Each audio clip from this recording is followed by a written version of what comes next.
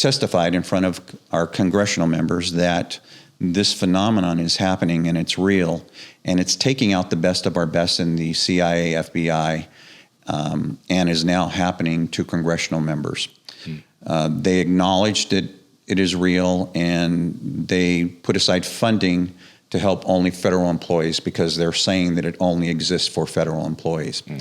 But myself and Dr. Hall had been covering this topic since 2010, where this was happening to U.S. civilians. Okay. And so when I met Dr. Hall, I said, well, what is being done?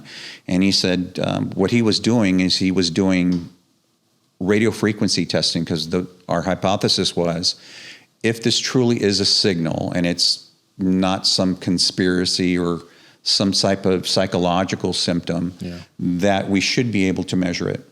And so what he was using is a little frequency detection device, which was called the JM20 Pro.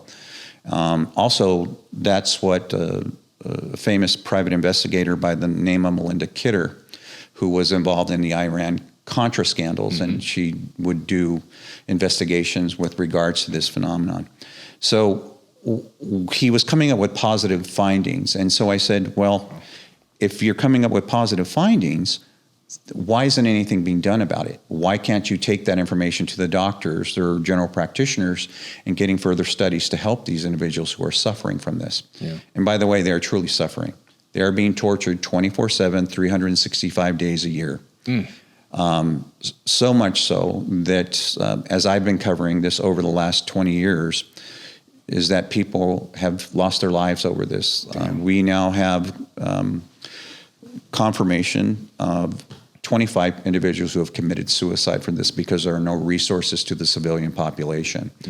But what I propose to Dr. Hall is that well, he says, when they go see their general practitioners and they express their symptoms, they're being railroaded into the mental health industry, force institutionalized, force medicated.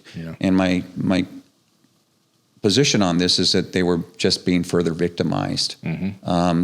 And so I said, well, there's got to be a way to take this subject complaints and turn it into objective data. So what I decided to do back in 2010 is call a meeting in Sacramento, California, and said, hey, we sent out flyers and disseminated, hey, we're going to be holding this meeting, and if you have these symptoms, we want to talk to you. And I expect maybe a handful of people would have showed up, but 100 people showed up. And they all had the exact same complaints with very little deviation. And so I said, well, there's definitely something here. So now what we decided to do is do a mass RF testing followed by surveys so we could get the data to see if there's any correlation, who had the preponderance to have these symptoms and why were they being chosen. And so we decided to do RF scanning in Davis, California, at the university there, and 300 people showed up. And when that happened, I said, we've got something, okay? What the preliminary data started to show is that the people who are most likely to be affected by this back then were Caucasian females who were highly educated, recently single, widowed, or divorced, and then Caucasian males, then African-American females, African-American males, Asians, and it dwindled down from there in ethnicity. And that remained consistent into the Midwest until we got to Chicago. And then the Caucasian criteria and African-American criteria flipped, where it was predominantly African-American females who were highly educated, recently single, widowed, or divorced, then African-American males, and then Caucasian, and followed the same subsets, all the way to the East Coast, except for one anomaly, which was up in Virginia, where a group of military subcontractors had asked me to come do the RF testing there. And it was there that I decided to do something a little bit different. By the way, I forgot to mention, I am a certified master hypnotherapist.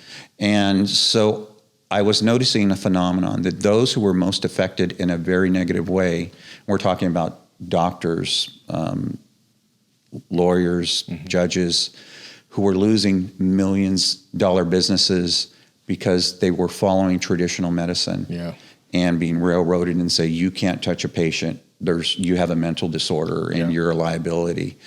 And so what we decided to do is continue to do the study, and what we were finding is that depending on your suggestibility, that if you had the right suggestibility type and this phenomenon was happening to you, you could essentially get them to do almost anything, things that they wouldn't morally do in a normal environment. What this ended up doing is bringing me to Europe, where a governmental agency asked me to come test their diplomats.